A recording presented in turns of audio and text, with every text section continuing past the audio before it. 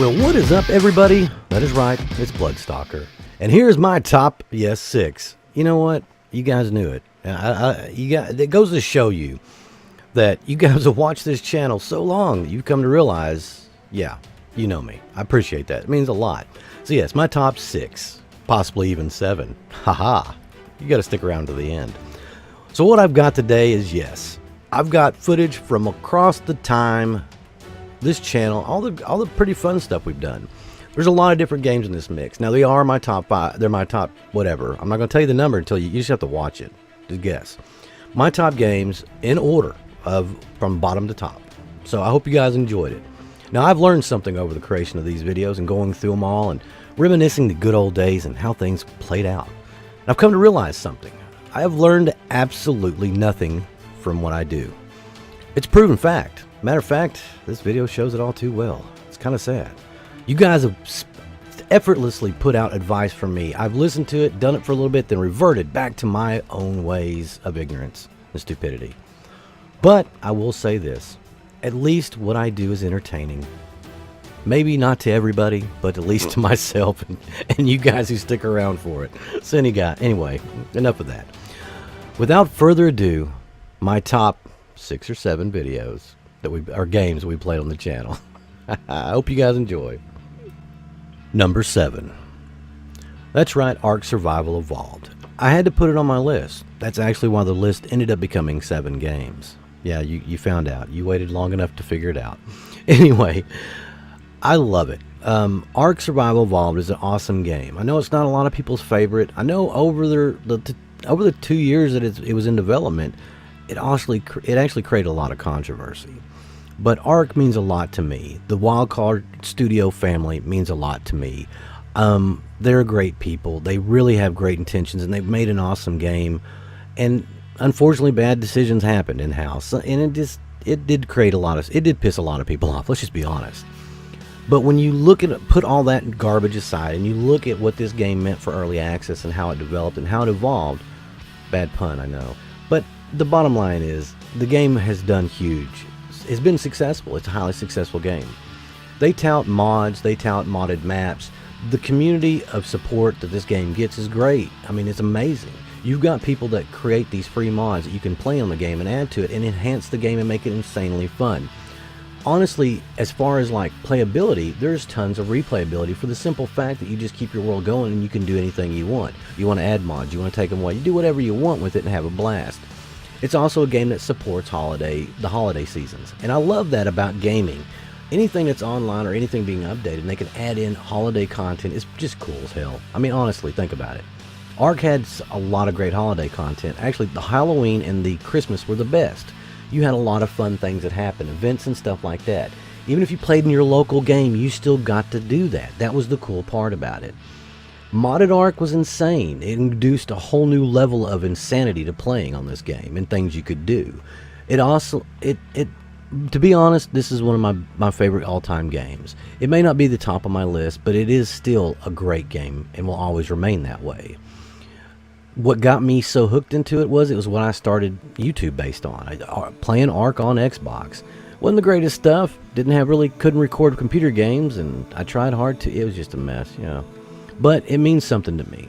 The Wildcard Studio family, they're great. I used to talk to a lot of them on Twitter and stuff when I was heavily into the game, and they're very responsive. They tried to respond to the community. Unfortunately, some things happened over the course of the development, and changes were made that upset people. But like I said, you push that aside, great game. Now, if you're going to get Ark, it is full price retail for $59. That was one of the biggest things that upset people. That and paying for downloadable content, which I'm either or on that one. Paying for something that was been in development that's a key component, yeah, it kind of sucks. It does, especially if you just get the game now at $59, you buy the season pass. It's like you bought the Fallout game brand new and the season pass that came with it. You pay out the butt. It is worth it, and they will come on sale. I would do it probably when it goes on sale, though. So, anyway. But definitely get all the downloadable content. The Scorched Earth map, the Scorched Earth game to it is awesome. It also has free downloadable content such as Primitive Plus, the Ragnarok map, and the Center map, which are cool, all new environments. One of the other things I like about Ark is the fact that they also at one time had a big free mod that you could download called Survival of the Fittest. It was a really awesome battle royale type game. I'm telling you, it was awesome. Sadly though, it's not supported anymore. You still can go out there and occasionally find people playing, but the popularity that it had kind of fell off. It was a huge Twitch streamed gameplay. A lot of people made videos off of it, and it made for just great entertainment, especially if you wanted to see PvP but didn't want to have to deal with all the crap. Now, their expansions they've added so far, the center map was actually created by a non-wildcard employee who now works for them. The center map was the first one to come out, especially on Xbox too. They also brought out the Primitive Plus pack, which was a mod originally as well, and it kind of brought the game back to more primitive stature, not modernized with the weapons and stuff. Which when people started playing Ark, they didn't realize the expanse of what the world encompassed. Nobody knew the final end game. Well, once they finally got out of early access and released the game, we finally got an end story. Now, if you've never seen the ending to Ark, I would go out there and spoil it if you want to. It's awesome. It's a really cool story and what happens, especially just the cinematic stuff you have to go through. So I give kudos to them for making a great ending. Who knows what's going to be in store for the rest of the gang? I mean, they are part of the group that's making Dark and Light and some other games. Will they continue to have good success? I don't know. But Ark will always be there for me. Number 6. Number 6 is Stranded Deep. Now, Stranded Deep came out in June of 2015. So 2.5 years ago, this game came out. Now, when it originally debuted, it had a lot of little bugs and little glitches to it, but the development team quickly popped onto it. Now, who the developing genius is behind this? Well, it's called Beam Team, and they're out of Brisbane, Australia. That's right, the Aussies brought us a wonderful, I mean, to me, this is the most beautiful water survival game I've ever played. Landless is fun, Bermuda's a great game, but graphically and just the way this game feels when you play it, it's very unique, it is very fun. You can't compete with the beauty also at sea. I mean, even though you're in the ocean, they've managed to make this game amazing looking. I will say out of any game I play, this is the most visually appealing game I played. Now, when the game came out, it was something new to the genre. We didn't have a lot of water-based survival games of this caliber. Originally, the graphics were not as great. They were kind of rough around the edges. However, the game overall still looked great and amazing. But when they put these graphical updates, it insanely changed. It was like all of a sudden you're seeing through clear, brand new glasses. No more 3 years between eye appointments, I tell you. But it's simply amazing. Now, the game totes a whole vast array of things you can do. You can explore the depths of the ocean. Now, if you didn't know, you are a crash-landed survivor from a plane. I put those out of order on purpose just to be funny, but yeah, hindsight's 2020, that was a bad joke. Anyway, your private plane crashes out in the Pacific. You're stranded at sea, the only survivor. You must find a way to survive. The only thing you've got when you start the game is a couple of implements. You got your knowledge, you got your handy-dandy watch that can tell your stats, and you've got a raft. Let me just tell you, that raft sucks. It's slow. Pretty much, you got to get a boat motor in this game to be able to do anything worth the crap, and believe me when I say it, you want to get the motorboat fast. They do kind of suck to drive, but hey, it works. So anyway, the game has drastically gone so many different directions and come around full circle to being an awesome game. Now, I think one of the most intriguing aspects that's come along in the updates recently to me, though, by far is the really increase and change in the weather system in the game. Now, before you had rain, you would have like cloudy days, sunny days, whatever. They added in now like massive tropical storms. So you can get like full-on raging storms, stuff like that in the game. And to me, that just blew my mind. And when I saw video footage of it, I was like, oh my God, this is so crazy. This like right here was the top it off part of it. I'm just waiting for a story, maybe an end to the game or a possible way to end the game, or at least, you know, something to do into it. It'd be nice to have some AI in it or even co-op or multiplayer. I'd love to see that. I don't know if that's going to happen or be a thing. There's always rumors about the co-op and multiplayer. Sadly though, they just haven't panned out. Number 5. That's right, number 5 is Subnautica. Now, Subnautica came out back in December of 2014. Been in early access since then. They do have a final release date scheduled for January of next year in 2018, so that's pretty cool. It's nice to see a game come around. Now, it's been a while in development, but they've been putting out quality content. They have had some slow gaps in between times, but for the most part, wow, they've done a lot for the game. It's amazing to see this game come from where it was, and as they've added the story elements in and with the updates, it's pretty cool. When we first got a reiteration of this game, we didn't know what was going on. We knew we were on a spaceship that got shot down on some planet where no one's alive but us. Apparently there's some kind of biological content we don't know about, and eventually it got released that you're infected when you're on the island. And that's a matter of fact why they tried to prevent you from landing on it. They destroyed your ship. Nobody's there to tell you the story, so you got to piece it together. You have to search around and follow the clues, kind of like breadcrumbs. It's really neat in how you get lured around. One event triggers another one. It's just a typical kind of thing, but it's really cool how you explore it and find it. How the story grows and changes throughout the game is simply amazing. Now, Unknown Worlds Entertainment made this game. They worked really hard on it. They did release a version for Xbox One on 2016 in May of last year. I don't know how that plays out. Never really tested it, never seen it. Don't know. I've heard kind of buggy, but I don't know. Couldn't tell you. I have played a lot on the PC version. I played in, experimental mode, fun world, just did whatever, and the game truly is amazing. Not only do you have below water content, but you have above the land too that you can explore. It has a unique blueprint system and things like that you work with. Crafting is really fun and easy. If you want to just sit back and chill, you can replace sandbox and do whatever. But know this, time is not on your side, unfortunately, because you are infected with a virus. The whole point of this game is to find that cure and get off this island. Now, to do so, there's a whole lot of things you got to explore. Now, I think that's the one thing that appeals to me the most. As you evolve and grow through the game and find out more pieces to the story, you explore vast and limitless, just huge biomes. You work your way through this, you find experimental places, you find all these like research facilities, and you develop and immerse yourself into what's going on. You eventually figure out the clues and are able to manufacture a cure to heal yourself. Now from that point forward, that's the content that's been kind of pulled back from the game, but eventually you're going to find a way to get off the island. Whether it be building a rocket ship, teleporting off the island, I don't know, but you're going to find a way to get off of it. That's the cool part about it. There's a really interesting storyline in what happened. Once you do all that though, come to find out, you're only on like a volcanic crater. The ocean water around you is actually even deeper than you could possibly imagine. It's insane. This vast planet, and there's only one spot where you can live. I don't know if that was the intent to add on to it later, but it's still a pretty cool idea. I really enjoy this game. It hadn't been on the channel in a while. It might come back. It definitely will come back in January. Once it's fully released, you'll see some more Subnautica on here. I'm going to play the game, and I really enjoy playing it. And once it's a finished product, it'll be a purpose to actually try to beat the game, not just kind of screw around like we used to. I still had fun doing that. I mean, it was still fun. Seriously? Yeah. We all know it was.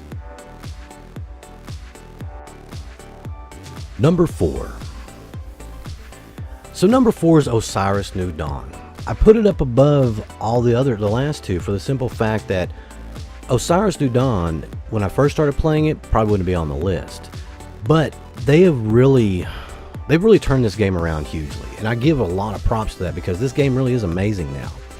When it comes to space survival games, there's not really a whole lot of them. There's Empyrean, there's Osiris, there's Space Engineers, and I can't think of some of the there are other ones. So those are the ones I've played basically. Out of all of them, I kind of like Osiris the best. Graphically, it looks great. It's fun to play. It's got now it has a good storyline that they're working on finally, but it's really come a long way. Now it hit early access back in September of 2016. I picked it up as soon as it came out, and I've had it since then. And let me just tell you, what this game was when it first came out to what it is now, it's kind of the same, but better. What they did though in between is the real story. In between, they went bad ways with this game. A lot of people got upset with it. They took a step back, looked at the overall state of it, and listened to whatever everybody had to say. And they worked on making a game that was reminiscent of what it was when it first came out, but just really great. It had great content. It was really smooth to play. They've really optimized and done a lot of wonderful things for it. Now, it's supposed to have been released fully for Xbox One, PlayStation 4, and Microsoft Windows in 2017. We're coming to the end, and it's not out. And I don't think it will be, for the simple fact that they've gone a different direction with the game ultimately overall. Now, they brought back the old map. You can travel between maps. You can space travel. You can do so much stuff in this game. It is insane. When it comes to survival and everything, it's cool. It's got dungeons in it, points of interest to go to. It's got a story what you're trying to figure out. And you can even contact Earth, supposedly. So when it all comes to it, you are Earth. You're an Earthling. Well, I didn't realize that. Nobody knew. They never really said that until now. That was more recently in the last couple of updates. What I like about Osiris, just simply the amount of things you can do in it. What I hate about it, nighttime. Hate nighttime in this game. That's when the freaks come out. The freaks come out at night in this game, legitimately. It's stressful sometimes. Now, one of the bigger updates they had for the game was when they introduced all 4 classes for it. Now, you can be as a ranger, a scientist, an engineer, or basically a combat or like an army guy. You can, a warrior, that's the easiest way to say it. I don't know what you call a warrior in space talk, but that's what I'm calling it. Now, these 4 classes complement each other rather well, depending on what you're doing. In co-op or multiplayer mode, this game is really fun. Me and Jester used to stream it a lot, and ultimately we had a lot of good times with it. Just the interactions with the aliens that are like the creatures you have to deal with, stuff like that. When it comes down to the crafting and the building of it, it's a fun game. The building to it's it takes some getting used to, but ultimately you can build some pretty cool things. Once they added in the vehicles, now that just changed it. You could build like ground rovers, you could build mechs, you could build all sorts of stuff with the right components. Now to get those components, you did have to go off-world. Traveling in space in this game, freaking amazing. Love it, have fun with it. I will honestly say, out of all 3 of the space games I've played, Space Engineers, Empyrean, Osiris, Osiris is my favorite. I have played a lot of Empyrean, a lot of Space Engineers. I didn't do as much of those on the channel because I couldn't do it entertainingly. I can barely do this game entertainingly, but I still do it because I enjoy it so much. A lot of it has to be the passion, I guess. I don't know. But ultimately, and I know I keep saying ultimately a lot, but honestly, ultimately, maybe it's baller. I don't know. I have to figure that one out. When it's all said and done, though, and I say that word a lot, too, I'm going to find some new catchphrases here because I'm wearing the crap out of my normal ones. It's sad. Osiris New Dawn, though, great game. I encourage you to check it out. If you haven't watched a lot of videos on it or never seen it, go check out the playlist. I've got some out there. Go check out other people who've played it. I encourage you to do that because it's truly a fun game. It's really come a long way. They've got some parts of a story element, but just not all of it yet. That's the part I'm looking forward to because it's going to be amazing when it happens. Oh, can't wait. Number 3. That's right, folks. Number 3 on the list, 7 Days to Die. Now, I didn't get into the 7 Days to Die bandwagon when it first came out. It came out back in December 2013. This game has been in development for a long time. It's seen 16 total alphas, and it's seen a lot of modded play. It's simply amazing. I'm not going to complain about that for the simple fact that it continues to get good. Now, the cool thing about this game is the fact that in all the iterations and alphas that have been out there, they continue to improve it. Yeah, some things kind of got a little wonky in the last one, last 4, I don't know. Mini bikes disappearing, yeah. Honestly, with all the bugs and stuff that they've had, they've done a great job keeping the game going. I think Alpha 17 is really going to put more depth into the game, though, with what you can do. Vehicles, the cinematic approach, characters, things like that, and get more of a story to it. 7 Days to Die has always been one of my favorites to play with somebody else. Playing alone, I don't mind playing it solo. I played a lot of this actually not recorded just because I like to play it. It became a game that may not have done as great on my channel, but I still love to play it, even though I played it so badly. And let's just be honest, you can only watch me play so many games so bad for so long. and then it takes its toll on you, seriously. But thanks to Critical coming in and rescuing with my co-op, we had a lot of fun. I would honestly say that co-op with Critical was probably some of the best times I had playing 7 Days to Die. Legitimately, hands down. I'm not kissing his ass either because we had a lot of fun. Just, I don't know, you put the two of us together and even more stupid shit happens than what normally happens just by myself. Somebody with my luck in the world, we're fated to hang out. We're fated to play games together. It's legit true. So anyway, with 7 Days to Die, when I found the modded approach to it and started playing the mods, man, that really changed my perspective of that. This game could easily be up there at the top. However, I just don't get a chance to play it as much as I'd like to. Why it's not number 2? Well, number 2 holds number 2, and I'll tell you why when we get to it. Just hang in there. Don't go nowhere. We're still doing number 3 right now. With 7 Days to Die, simply just a fun game. Not only is it just a fun game, but any game with a development studio by the name of Fun Pimps, I mean, how could you not enjoy it? I mean, seriously, their names are Fun Pimps. That's just like the most badass gamer development name I've ever seen. I'm not gonna lie, just hands down badass. Now, with all that's happening in the game and all that continues, the modding community kind of is getting bigger. For a while there was some mainstream mods. There's some you just stayed away from, but now there's becoming a lot more out there that make the game fun. They add in new blueprints, craftables. They add in new growth, new farming stuff. They add in a whole new type of zombie. They just do a lot and make it fun. I'm really enjoying playing modded with it. I'm just not good by myself, so I'm gonna have to call him back up. In comes Critical with the next time. So I hope you guys look forward to that, because 7 Days to Die is gonna be back on the channel soon, and not by myself, because I just suck at it. Let's just be real. Number 2. Number 2 is Padilla. That's right, Padilla. The reason it's number 2 is because this game, this and the number 1 game, grew my channel a lot. Another game as well grew it that didn't make the list, and the reason I'm not putting it on there we'll talk about when I get to number 1 video. And it's not because of anything else, I'll just tell you why. But number 2 here, Padilla, came out in November of 2016. This came out just a little bit after Subsistence. I found Padilla and I was like, you know, this is kind of cool. I've never played a crafting game set in like a desert, Middle Eastern environment. It was really neat, and everything that you saw about the game said, you know, think Lawrence of Arabia. And honestly, I've seen Lawrence of Arabia a lot of times. Just showed my age there, didn't I? But yeah, even though I admit to that, the game intrigued me. So I started playing it. I played a lot of this game. There's a lot of bugs in it in the beginning. It's had its issues, but the thing is, the developers quickly attacked those things and fixed them.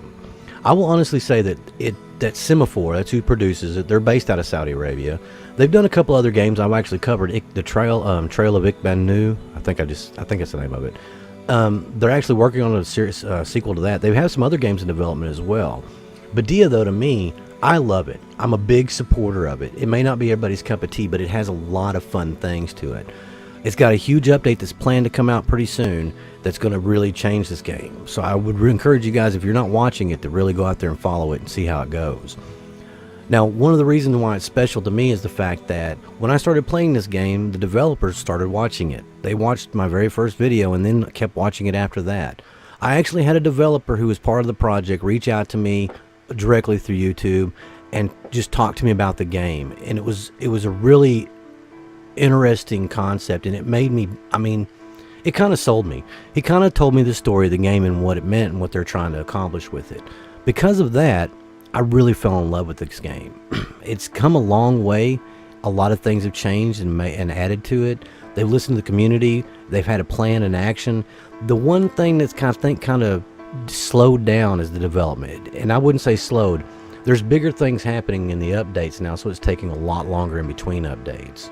They've never been like a every week type of update. It's always been like once a month or once every other month, but for the most part they have been adding content and continue to add content. Now they're getting it ready to release supposed to be on PlayStation and Xbox One. I don't know when the date is. If you look it up online, it already says it is, but I don't think it's out there yet. I truly don't. Now in its current form, the game touts plenty of playable content. You can do a little bit of base building, not build structures, but build like a tent, fire, crafting station, and places, things like that. You can also build a guard tower which you can't interact with, fencing and things of that nature. It does tout a bunch of point of interest like villages, encampments, abandoned encampments, pyramids, not pyramids, but like ruins and things like that. It's got a ton of stuff to explore. Now all the point of interest too, though, like the airports, the airstrips, the oil rigs, things like that, you can have interactions, meaning you'll run into either soldiers, bandits, whatever, and you can actually fight them off. You can actually have a shootout. It's kind of cool. When they first added that feature, though, oh my gosh, it broke the game almost. The lag and the problems, the performance issues were so bad. They fixed that, though. They did get that fixed as quick as possible. It did take a while, but they did get it done. That patch right there single-handedly fixed this game. Now, where's it going to go in the future? Man, this game is going to be amazing. I really encourage you guys to keep an eye on this.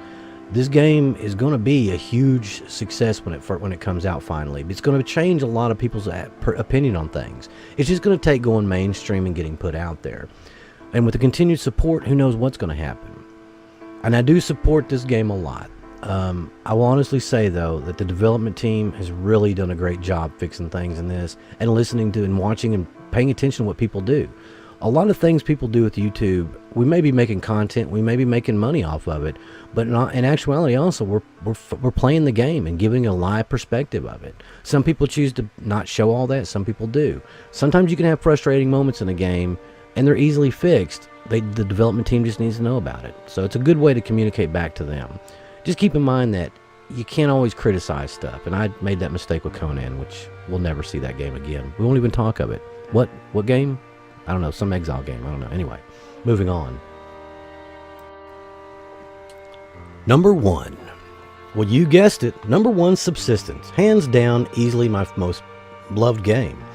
I've been playing Subsistence since it first came out. As a matter of fact, and this is a little known fact, this game single-handedly made me almost quit YouTube. And you know why?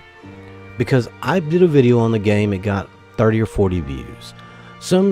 Another YouTuber of about, had a lot more subscribers, did a video on the game and talked nothing but trash about it, called it a Rust lookalike, and just basically didn't even make an effort to play the game. He played 10 minutes of it, it seemed like, and was already convinced of what the game was. Now, I will convey that if I do a video on a game and I play 10 minutes of it and I call it crap, I will never do that. I usually do that, and I'm already talking about how much I love it. That outside of me will change. Now, you got to watch me for that. I'm bad about really falling into a game, but for the most part, I can kind of feel that it's not going that way. I will honestly say that Hold Your Own is going to be a big competition to Subsistence with me, because they're both, those easily two, both could be the top games on my channel. And I've only been playing Hold Your Own for a little bit. That's what's insane. I'm ready to make that statement almost. Now, I know you guys are probably asking where's Savage Lands on the list. Well, I'm saving Savage Lands for a special thing. Subsistence is my top favorite game that I'm playing on the channel. Subsistence, that is. Savage Lands, however, is my all-time ultimate game. It is also my all-time ultimate piss-me-off game. And that's in all fairness. I mean, the game now, though, is it's coming back, by the way. If you didn't know, the guys behind Savage Lands are actually going to be doing something with it. We'll be talking about that, and we'll be doing more on that later on. But when it comes down to it, Savage Lands is an awesome game. It really has come a long way. I'm more mad at why they did some of the changes they did, but I understand them now more, being fully, finding out more information. I support them a lot. I didn't put it on the list, though, because it's an honorary all-time favorite.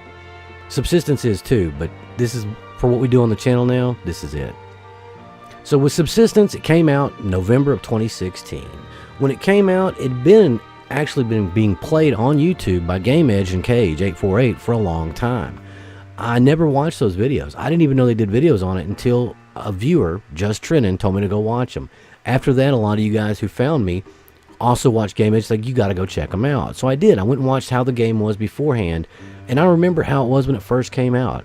Out of any game we've ever played on this channel, this one has evolved the most. It has come from point A to point B right now, where it's currently at, you'd say, in a great fashion.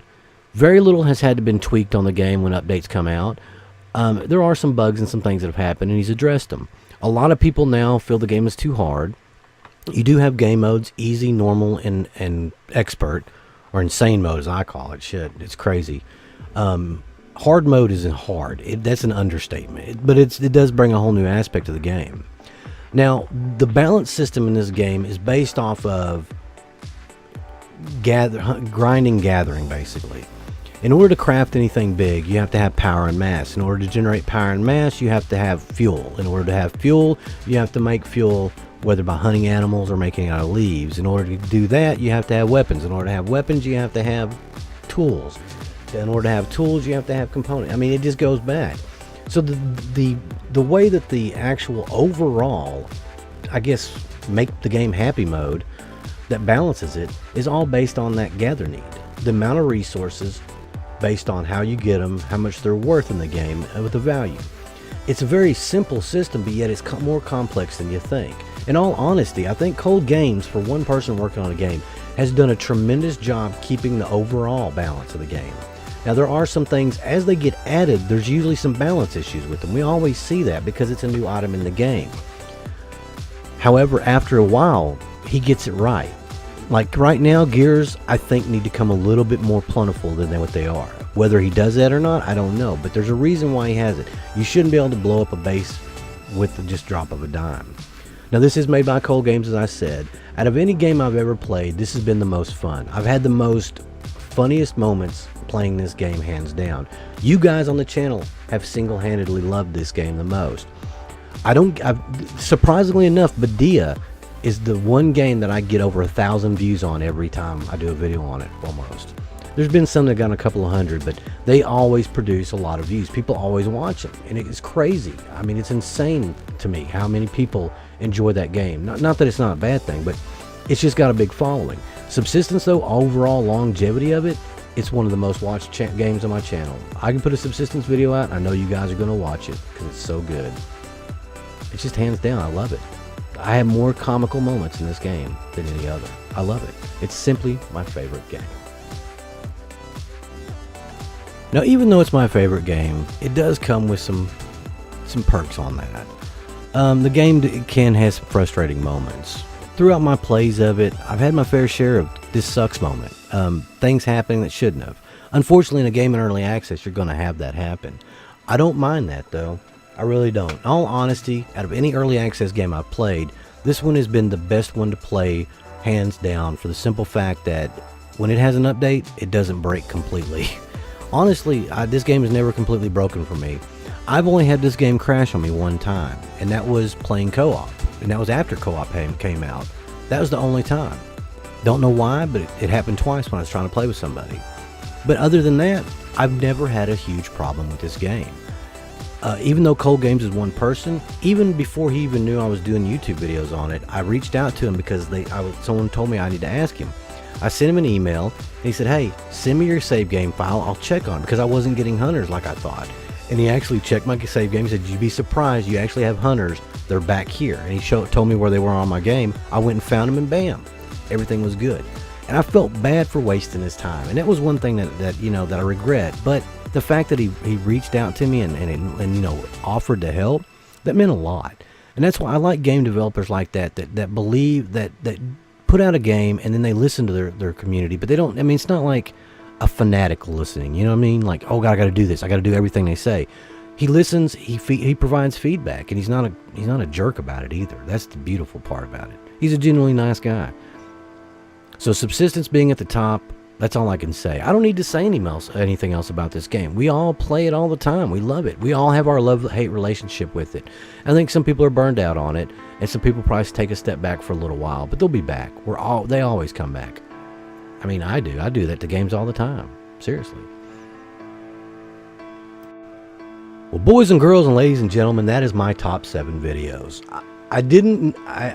For those of you who guessed Savage Lands, I'm going to count that as a correct guess too, because it may not have been in this top 7 video, but it's in its own right. It's going to have its own video, actually. I'm going to be doing a video pretty soon talking about what's going on with Savage Lands and what's coming, because there's some huge stuff happening. I kind of did a little bit of video about it, but there's a lot more out there now, and it's going to be amazing. This game is coming back to life finally.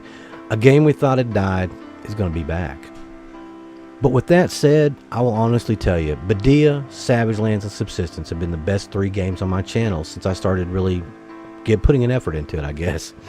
A lot of you guys have found your way to the channel through Savage Lands or through Subsistence or through, Padilla. You guys have come here, we've all become friends, and we've all found that we all have a lot in common. We all love games like this.